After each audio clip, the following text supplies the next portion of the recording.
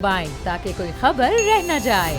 हुकूमत अब हम देख रहे हैं कि गुज़िश्ता एक दिन से उसके रवैये में लचक दिखाई दे रही है। वज़ीर आज़म का भी थोड़ा सॉफ्ट कॉर्नर मियाँ साहब को लेकर जागा है। उन्होंने उनकी सेहत के लिए दुआएं भी की हैं, नेक तमन्नाओं का इजहार भी किया है। तो हो सकता है कि अब उन्हें ये एहसास हो गया हो कि ज़रा थोड़ा सा बीमारी के मामले पर उन्होंने अपने वज़रा को भी बोला कि बयानात ना दिए जाएँ, तो इस मामले को सियासत से दूर रखा जाए। हुकूमत ये तय कर चुकी है।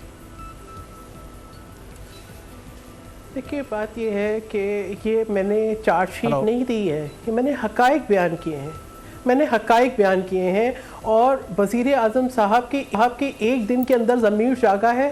ये एक दिन के अंदर नहीं, वो उनको अब पता चला है कि वो उन जो संगीनी जिस लेवल तक वो ले आए हैं, जिस लेवल तक वो सेहत के साथ खेल चुके हैं, अब उन्हें अंदाज़ा हो गया है कि ये बातें बंद कमरे में नहीं छुपेंगी।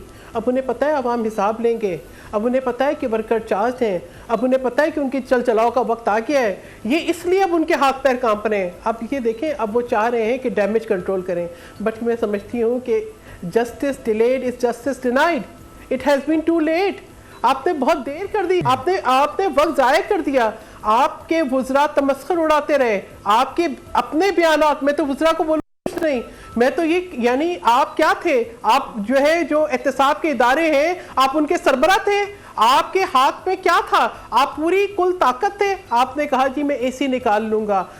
यानी आपने कहा कि आप ऑर्डिनेंस एक दिन पहले तक पास करा रहे थे कि आपने किसी के ऊपर एक झूठा इल्जाम लगा दिया। मुझे बताएं कि क्या साबिक सदर आसिफ अली जरदारी कन्विक्टेड है? मुझे ये बताएं, 5 महीनों से ऊपर हो गया आपने उनको कस्टडी में रखा है, उनके ऊपर कोई केस बना है? मुझे बताएं कि उनके ऊपर कोई जुर्म साबित हुआ है? नहीं। ये आपकी इंतकामी कार्रवाई है, ये आपकी अपनी सोच है और इसका मुजाहिरा आपने अमलन चीमा साहब से इसका जरा जवाब दे लेते हैं। चीमा साहब की लाइन दोबारा बहाल हो गई है। ठीक है सैयद साहब, आपकी तरफ मैं वापस भी आता हूं। जी चीमा साहब, बात आपकी अधूरी रह गई थी। अब जाहिर है अगर कोई ऐसा बड़ा हादसा वाकया रूनुमा हो जाता, मियाँ साहब को अस्पताल पहुंचाने में देर हो जाती, तो फिर जिम्मेदारी जाहिर है हुकूमत की बनती है। और फिर बीमारी को लेकर जिस तरह से वुज़रा के बयानात सामने आते रहे, माजी में कुलसुम नवाज साहिबा से मुतालिक भी आते रहे और अब मियाँ साहब से मुतालिक भी आ रहे थे, तो फिर इस सारी सूरत हाल में हुकूमत से सब होगा ना।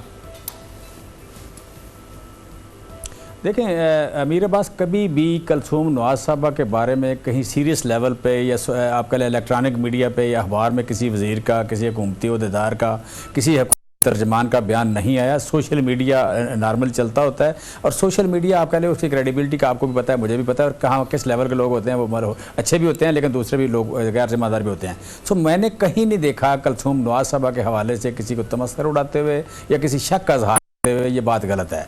दूसरी बात रह गई कि इसके बीमारी के हवाले से मियाँ साहब का अपना ट्रैक रिकॉर्ड है, छोटे मियाँ साहब का बड़ा ट्रैक रिकॉर्ड है। बीमारियां रेडीमेड निकाल लेते हैं। नईमुल हक साहब ने बंदा भेजा था। सुन लेना यार, अमीर अब्बास प्लीज यार सुन लेना प्लीज। अमीर अब्बास आप टाइम देते नहीं। अमीर अब्बास छुट्टी पे, अमीर अब्बास साहब एक लंबी छुट्टी में है। जरा मैं अरबाब जहांगीर अर्ज कर रहा हूँ आपकी खिदमत।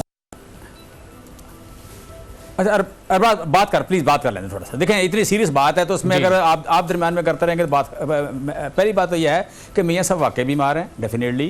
और आप कह लें ये जो हालत है मियाँ साहब की, ये आप कह लें अचानक ही हुई है, न्यू डेवलपमेंट है। पिछली बार जब मियाँ साहब ज़मानत पर रिहा हुए थे उस वक्त मियाँ साहब की अपनी रिपोर्ट डिफरेंट थी, और जब ये सर्विसेज अस्पताल में गए तो डॉक्टरों के बोर्ड की जो रिपोर्टें थी बिल्कुल मुख्तलिफ थी और बड़ा प्रेशर था डॉक्टर्स पे कि आप इनको एडमिट करें। उन्होंने एडमिट नहीं किया था और एडमिट ना करने की वजह कि उस वक्त बीमारी ठीक नहीं थी। इस वक्त बीमारी ठीक है, एडमिट भी हुए हैं, डॉक्टरों का बेहतरीन बोर्ड है वहाँ पे। और मियाँ साहब ने कल जितने लोग आए उन्हें पूछा कि जी आप what do you feel about इलाज, तो मियाँ साहब ने कहा कि मैं I am in super safe hands. वहाँ पे आप कह लें डॉक्टर फैसल मौजूद है, इमरान खान साहब ने उनको भेजा कि जिनका जो रेलिवेंट डॉक्टर हैं। दूसरी तरफ आप कह लें कि यास्मीन राशिद, और फिर चीफ मिनिस्टर हैं। चीफ मिनिस्टर जो हैं वो उन्होंने कमरा अपग्रेड कराया, वाशरूम उसके अपग्रेड कराए, डॉक्टरों की टीमें वहाँ रखी, और आप कह रहे जेल में भी मियाँ साहब को में भी तमाम सहूलियात मौजूद थी। मियाँ साहब को जो बेस्ट पॉसिबल इलाज था हो सकता है वो होता रहा है, आज भी हो रहा है, और उनके खाना उनका घर का, डॉक्टर उनके अपने, सारा कुछ मौजूद था। ये न्यू डेवलपमेंट है, बीमारी और ये सारी चीज़ें साथ साथ होती हैं, ये पुरानी बात नहीं है। दूसरी बात बड़ी इंपॉर्टेंट है जो मेरी बहन कह रही थी कामरान साहबा। देखें क्वेश्चन ये है कि बीमार होना, फौत हो जाना, शहीद हो जाना, हादसे का शिकार हो जाना, क्या उससे आपके तमाम उम्र के किए हुए अच्छाइयाँ या बुराइयाँ बदल जाती हैं? ना अच्छाइयाँ बुराइयों में बदलती हैं, ना बुराइयाँ अच्छाइयों में बदलती हैं, ना कानून तोड़े हुए वापस आते हैं, ना नेकियाँ की हुई कहीं कहीं ज़ाया होती हैं। सो आज मियाँ साहब पे करप्शन के केसेस हैं, जेल में हैं वो, आप कह लें उन केसेस को ये जो आप कह लें जज्बाती फ़ज़ा बना के, गालियाँ दे के, डरा के कि जनाब फ़लाने ने भुगतना है, फ़लाने का नाम ECL में डालें, पतली गली, भाई क्या है? आप चोर लोग हैं, चोरों से कौन डरता है? चोरों से कौन डरता है? हम नहीं डरते किसी से। सिंपल सी बात है, उसका हिसाब होगा, वो एक अलग बात है, अलग बात है। मियां साहब इस मुल्क में 3 बार प्राइम मिनिस्टर रहे हैं, अदालतों में चल रहे हैं, उनका फैसला तो अदालत ने करना है ना, जब तक उनकी इज्जत अपनी जगह, उनकी इज्जत अपनी जगह, सियासतदान है, बड़ी पार्टी के लीडर है, उनकी इज्जत अपनी जगह, उनकी से यार सुप्रीम कोर्ट ने कहा, मैंने तो नहीं कहा, नैब ने कहा, मैंने तो नहीं कहा। गिरफ्तार क्या शादी, किसी की शादी में गए हुए हैं वो? क्या था वहां पे, किस लिए गिरफ्तार? सैयद कामरान साहब तो आसिफ अली जरदारी साहब का कह रहे हैं अभी तक वो कन्विक्टेड नहीं है। इस तरह मैं आसिफ अली जरदारी साहब को मैंने पकड़ा है, आसिफ अली जरदारी साहब को नैब ने पकड़ा है ना, मैंने तो नहीं पकड़ा।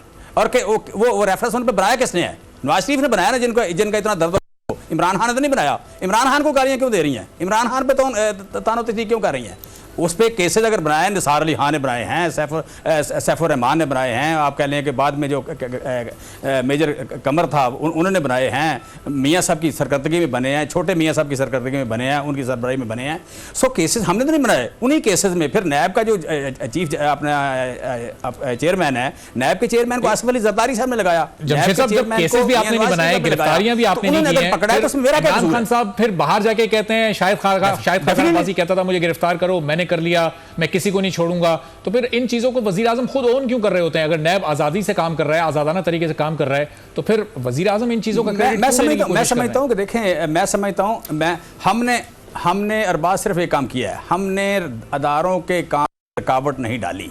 इसके अलावा इमरान खान ने, किसी वजीर ने, हुकूमत ने किया। जो अदारे काम करे, पहले अदारों को इस काम से रोका जाता था, अब अदारों को रोका नहीं गया। वो सुप्रीम कोर्ट है, वो SCCP है, वो FBR है, वो नैब है, किसी को रोका नहीं गया। इससे मुराद ये है, इससे ज़्यादा एक इंच भी नहीं है। सो मैं कहता हूँ कि हम मियाँ साहब की हेल्थ ठीक नहीं है, सारी कौम दुआ करे। वो 3 बार प्राइम मिनिस्टर रहे हैं, एक बड़ी पार्टी के लीडर हैं, हम दर्दी है, मुसीबत में है, वो जेल में भी हैं और बीमार भी हैं। बिल्कुल हम उनकी इज्जत भी करते हैं, हम उनकी लेकिन इसको कोई नेल्सन मंडेला ना बनाए, कोई महातिर मोहम्मद ना बनाएं, इसको कहीं आप कह लें कि तैयब अर्दगान ना बनाएं। इस केस करप्शन का केस है, सादा सा केस है। जरदारी साहब अगर देखें, जरदारी साहब 70 साल के हैं, 68 साल के हैं, 80 साल के, 90 साल के, 105 साल के होके फौत होना है, अगले घर जाना है, मैंने भी जाना है, जरदारी साहब ने जाना है, मेरी बहन सी जाना है। सो सारों ने जाना है। तो क्या हमारे मरने के बाद तारीख बदल जाएगी? हमारा नाम बदल जाएगा? हमारे जो अमाल हैं, अच्छे या बुरे, उनका जिक्र मुख्तलिफ होगा। भाई तारीख अपनी जगह रहना है। जहां जहां किसी के खिलाफ FIR हुई है, जहां केस दर्ज हुआ है, जहां किसी का नाम है, जिसकी किसी रेपुटेशन है, जो किसी की परसेप्शन है, वो मौजूद रहनी है। तारीख में उसने उसी तरह आना है। सो आप हमें जिन लोगों का नाम, लेकिन जिस वक्त तक बीमारी का साथ है, मियां साहब को जो आपने कहा, उस बीमारी को जरदारी साहब ने कहा, केसेस आपने बनाए, आप हमें ना डराएं, आप हमें ना ऐसे नेल्सन मंडेला ना बनाएं। जी चलें, नून लीग का भी मौक़िफ़ ज़रा जान लेते हैं। अफनान उल्लाह साहब पाकिस्तान मुस्लिम लीग नून से हमारे साथ मौजूद हैं। अफनान साहब, अब मियाँ साहब को अगर मंगल को अल-अज़ीज़ी रेफरेंस में भी ज़मानत मिल जाती है, उसके बाद फिर क्या पार्टी स्ट्रेटजी होगी? क्या इस वक्त शरीफ फैमिली सोच रही है कि मियाँ साहब इलाज के लिए बाहर जाएंगे या डॉक्टर्स को बाहर से मुल्क में बुलवाया जाएगा? कुछ क्लियर हो सका है अभी तक इस बारे में? कोई गुफ्तगू हुई है? देखिए, मियाँ मोहम्मद नवाज शरीफ साहब जो, इनकी अभी कोई ख्वाहिश नहीं है बाहर जाने की। जो अभी जो इनिशियल क्या कहते हैं, जो बातें सामने आई हैं, उससे तो उसमें कोई वो नहीं है कि उन्होंने कोई ख्वाहिश जाहिर की कि मुल्क से बाहर जाना चाहते हैं। अगर उनकी बीमारी है, उसका डायग्नोसिस पाकिस्तान में नहीं होता, या किसी वजह से उनकी बीमारी का ऐसा मामला है जिसकी वजह से उनको बाहर अगर जाना भी पड़ता, तो उसमें कोई ऐसी मसला नहीं है। लोग बाहर जाते हैं, वापस आ जाते हैं। शहबाज शरीफ साहब अभी 2 महीने पहले गए थे बाहर और वो वापस भी आ गए। तो इन चीज़ों के ऊपर जो है वो मामलात को उठाना जो है वो मेरा नहीं ख्याल कहते हैं कोई एक अक्लमंदी है।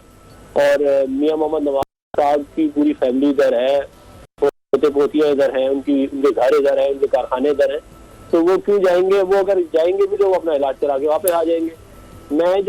ये मेरे भाई अभी जमशेद साहब कह रहे थे नेल्सन मंडेला, और मैं ये देखें, बात ये है कि ये फिर बात घूम फिर के वहीं आते हैं। ये एक बात करते हैं कि दी बड़ी हमें ये है, और साथ ही अपने ऊपर से ये नेल्सन मंडेला वाली कहानी भी सुना देते हैं।